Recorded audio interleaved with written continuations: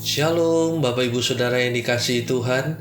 Dimanapun Bapak Ibu Saudara berada pada saat hari ini, saya percaya kebaikan Tuhan, anugerah Tuhan, dan kasih setia Tuhan yang besar berlimpah-limpah menyertai hidup setiap kita. Jumpa lagi dengan kami Yabes Community dalam acara Sukat, Suara Kasih Tuhan.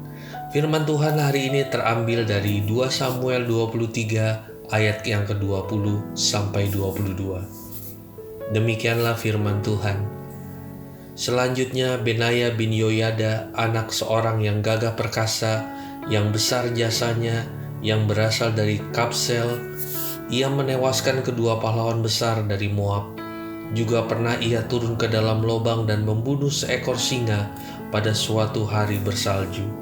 Pula ia membunuh seorang Mesir, seorang yang tinggi perawakannya. Di tangan orang Mesir itu ada tombak, tetapi ia mendatanginya dengan tongkat, merampas tombak itu dari tangan orang Mesir itu, lalu membunuh orang itu dengan tombaknya sendiri. Itulah yang diperbuat Benaya bin Yoyada.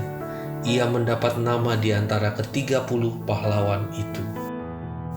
Saudaraku yang dikasihi Tuhan, selama belasan tahun Daud harus melewati begitu banyak masalah, tantangan, badai dalam hidupnya yang mungkin saja dapat merenggut nyawanya.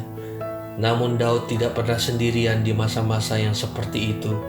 Tuhan banyak mengirimkan orang-orang di sekitarnya untuk menyertainya sebagai pahlawan-pahlawan yang Tuhan kirimkan di dalam gua Adulam. Mereka itu adalah orang-orang yang berada dalam kesukaran, yang dikejar-kejar tukang piutang, dan orang-orang yang sakit hati pada waktu itu. Di bawah kepemimpinan Daud, mereka yang tidak memiliki masa depan tersebut berubah menjadi tentara-tentara yang luar biasa yang menyertai kehidupan Daud pada waktu itu.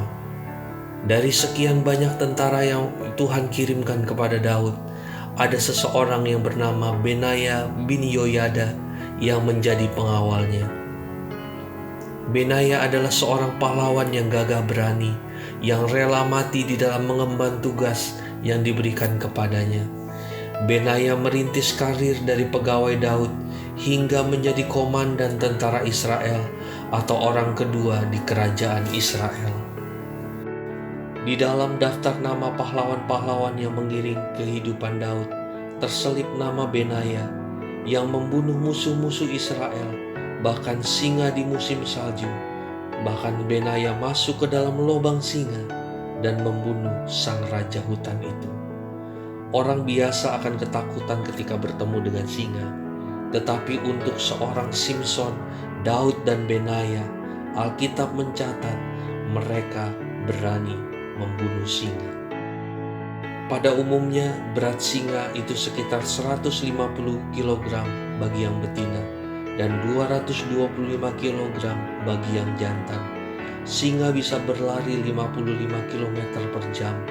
Penglihatannya 5 kali lebih tajam dari orang biasa. Namun Benaya bukanlah orang biasa. Keberaniannya yang menonjol membuatnya begitu istimewa, pemburu singa. Seperti Benaya tahu bahwa keberaniannya sangat dibutuhkan untuk menembus kemustahilan yang akan membuat hidupnya menjadi berbeda. Saudaraku yang dikasihi Tuhan, seorang bijak berkata, seorang yang berkeberatan untuk mengambil resiko perubahan akan gagal untuk bertumbuh dan berbuah. Pribadi yang mau bertumbuh harus bersedia mengambil resiko atau membayar harga atas perubahan yang diinginkannya. Tanpa pengorbanan tidak akan ada kemuliaan. Tuhan Yesus yang kudus berani mengambil resiko menanggung dosa yang najis yang membuat manusia terpisah dengan Allah, sehingga untuk sementara Tuhan Yesus terpisah dari Bapa di sorga. Harga yang diambilnya ini sangat mahal, karena sejak kekekalan ia tidak pernah berpisah dari Bapa. Namun pengorbanannya yang begitu besar, ia telah menghasilkan perubahan yang mulia. Kita dilayakan beroleh keselamatan yang kekal. Tuhan memerlukan lebih banyak pemburu singa seorang pahlawan-pahlawan yang gagah perkasa, yang berani membayar harga untuk kerajaan Tuhan. Dan hari ini, apakah Anda berani menjadi seorang pahlawan, seorang pemburu singa ketakutan dalam hidup kita untuk menjadi berkat bagi orang lain? Saudaraku yang dikasihi Tuhan, tidak ada yang salah dengan perubahan jika kita berada ke arah yang benar. Kiranya renungan ini bisa menjadi berkat buat Bapak Ibu Saudara yang dikasihi Tuhan. Kiranya kita bisa menjadi orang-orang yang pemberani, pahlawan-pahlawan Tuhan, yang sanggup mengalahkan ketakutan, yang sanggup mengalahkan kemustahilan, berdiri bersama dengan Tuhan. Kiranya Tuhan Yesus memberkati kita semua hari ini. Shalom, God bless you.